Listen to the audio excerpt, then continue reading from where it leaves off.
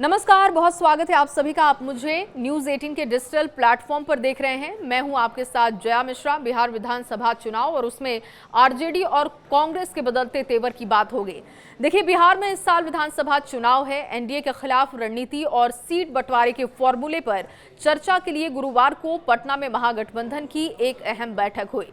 इस दौरान बेहतर समन्वय के लिए कोऑर्डिनेशन कमेटी का गठन किया गया और इस कमेटी की जिम्मेदारी आरजेडी नेता तेजस्वी यादव को सौंप दी गई। हालांकि महागठबंधन के सभी घटक दल तेजस्वी यादव को मुख्यमंत्री फेस घोषित करने के मामले पर एकमत नहीं दिखे।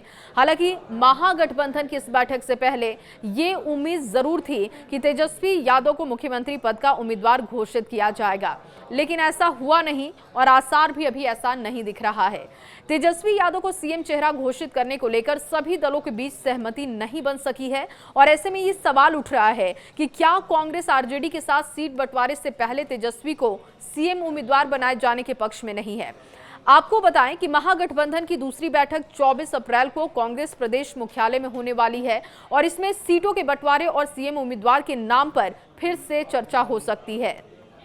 फिलहाल सीटों के बंटवारे को लेकर आरजेडी और कांग्रेस के बीच पर हाई लेवल वार्ता शुरू हो चुकी है। 2020 के विधानसभा चुनाव में सीट बंटवारे के तहत आरजेडी ने 144 सीटों पर और कांग्रेस ने 70 सीटों पर चुनाव लड़ा था, जबकि बाकी 29 सीट वाम दलों के हिस्से में थी। जब नतीजे आए तो आरजेडी 75 सीटों के साथ महागठबंधन की सबसे बड़ी पार्टी बनकर उभरी, लेकिन कांग्रेस का प्रदर्शन बेहद निराशाजनक रहा और वो सिर्फ 19 सीटें ही जीत सकी, जिससे तेजस्वी यादव सरकार बनाने में विफल हो गए।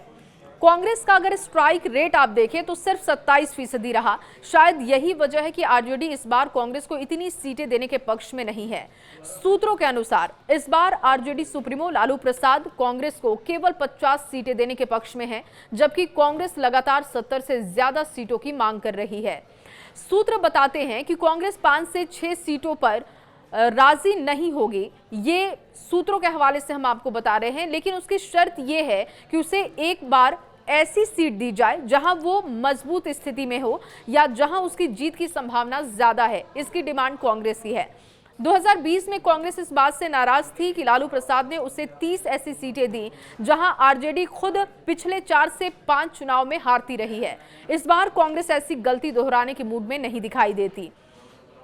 ये तो साफ है कि कांग्रेस दबाव की राजनीति कर रही है, लेकिन बड़ा सवाल ये है कि क्या आरजेडी कांग्रेस को नाराज कर सकती है।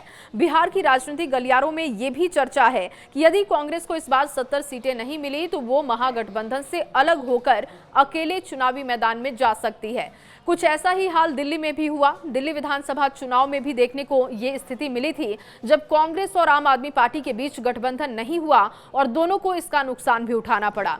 वैसे बिहार में कांग्रेस का जनाधार अगर आप देखें तो ऐसा दिखाई नहीं देता कि कांग्रेस अकेले चुनाव लड़ने की सोच भी सके और ऐसे में कांग्रेस को आरजेडी की शर्तों पर हामी भरने के अलावा कोई और उपाय और रास्ता नहीं दिखता है। और ऐसे में देखना होगा कि 24 अप्रैल की बैठक से क्या नतीजा निकलता है और सीएम फेस को लेकर जो चर्चा हो रही है कि तेजस्वी यादव को उम्मीदवार घोषित किया जाता है, उस पर क्या सहमति इस बैठक में बन सकती है, इस पर भी हमारी नजर होगी। आगे आपको अपडेट करेंगे और इस खबर पर आपकी राय क्या है, कमेंट करके जरूर बताएं।